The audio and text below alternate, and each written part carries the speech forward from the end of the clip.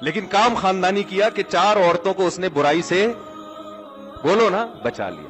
اب ان پہ جتنا خرچ کرے گا, نبی نے فرمایا سب سے بہترین صدقہ وہ ہے جو تم اپنی بیوی کو کھلاتے ہو, بچوں کو کھلائے گا. تو یہ بھلے 10 ٹینشنوں میں ہو یار.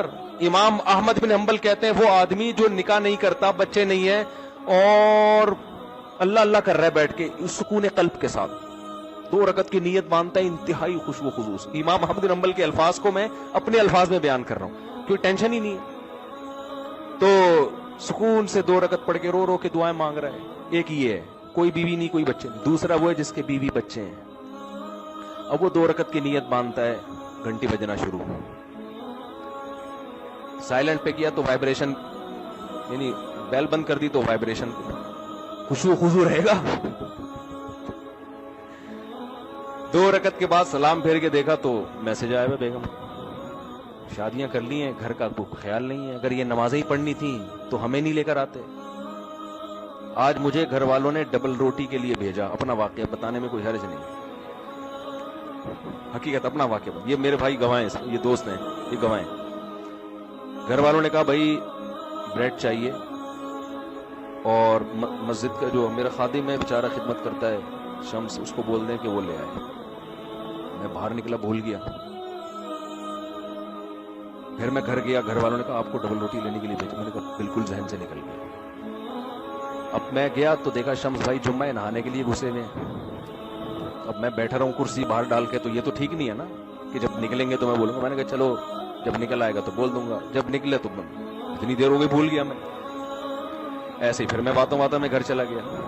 یہ خوشبو خضوع بتا رہا ہوں آپ کو. ایسا آدمی کیا خوشبو خضوع سے نماز پڑھے گا بھائی؟ اس کنڈیشن میں خوشبو خضوع سے نماز پڑھ کے دکھاؤ, پھر وہ میں مانوں گا یہ خوشبو خضوع کی نماز ہے. سمجھ رہے ہو نا؟ دوبارہ جب میں گھر گیا, 3ری دفعہ ہو گیا اب یہ نا, گھر والوں نے کہا میں نے ناشتہ کرنا ہی نہیں ہے, جاؤ ایسی کی تیسی. میں ایک دم اس میں آیا نا, میں نے کہا یہ تو یار میرے ساتھ بھی ایسا ہوتا تو ہمارے بھی. میں آیا 4تھی دفعہ نیچے آیا. جیسے ہی نیچے آیا تو یہ آپ کہاں سے تشریف لائے ہیں؟ ثوابی صحیح بھائی آئے ہیں. ارے مفتی صاحب وہاں سے ایک صبر ہے. وہ جب آئے نا قریب میں بھول گیا.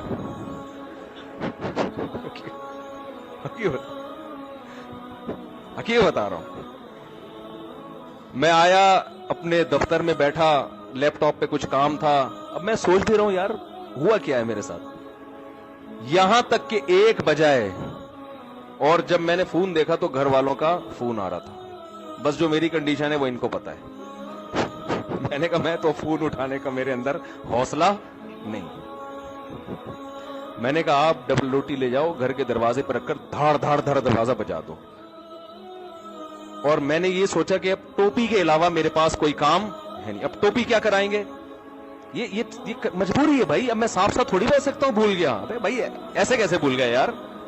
حالانکہ ہمارے گھر کا ایک سیٹ اپ بنا ہوا ہے, مہینے کا راشن آتا ہے, وہ سب سیٹ اپ بنا ہوا ہے. کبھی کبھار اس کی ترتیب ہٹتی ہے تو پھر ایڈجسٹ کرنا مشکل. گاڑی کا ایک ٹائر اگر زیادہ گھس جائے تو الائنمنٹ آؤٹ. اب الائنمنٹ صحیح کریں گے تو پھر وہ خراب ہو جائے گی.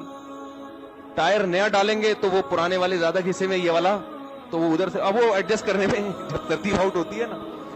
تو میں نے کہا بھائی میرے اندر تو اب ہمت نہیں ہے, میں جاؤں گا خام میں گھر میں الٹی سیدھی باتیں ہوں گی. جمعے کا ٹائم ہو رہا ہے, میں غصے میں یہاں کے بیٹھوں گا تو یہاں بھی وہ ڈبل روٹی کی باتیں شروع ہو جائیں گی پھر. تو اب آپ ایسا کرو, دروازہ بجاؤ اور پتلی گلی سے نکلو. میں جب گھر جاؤں گا تو میں بولوں گا کب سے رکھی ہوئی ہے بریڈ گیٹ پر. یہی میرا, اس میں جھوٹ نہیں ہے.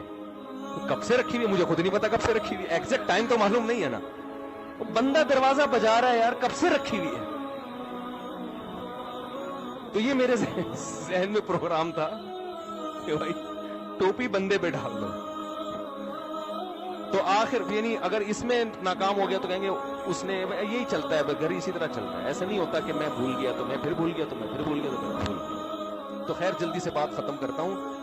تو بس 2 رکعت امام احمد بن حنبل فرماتے ہیں کہ جس کے بال بچے ہوں وہ ان کی فکر میں ہو, ان کو کھلانے پلانے کی فکر میں ہو, ان کے ذمہ داری پوری کرنے کی فکر میں ہو, تو وہ اس کی 2 رکعت اللہ اس کے ثواب اس کو زیادہ، تو کیونکہ وہ نیچر پہ چل رہا ہے نا، پادری پن تھوڑی ہے کہ جنگلوں میں نکل جاؤ بس اللہ اللہ کرو بیٹھ کے۔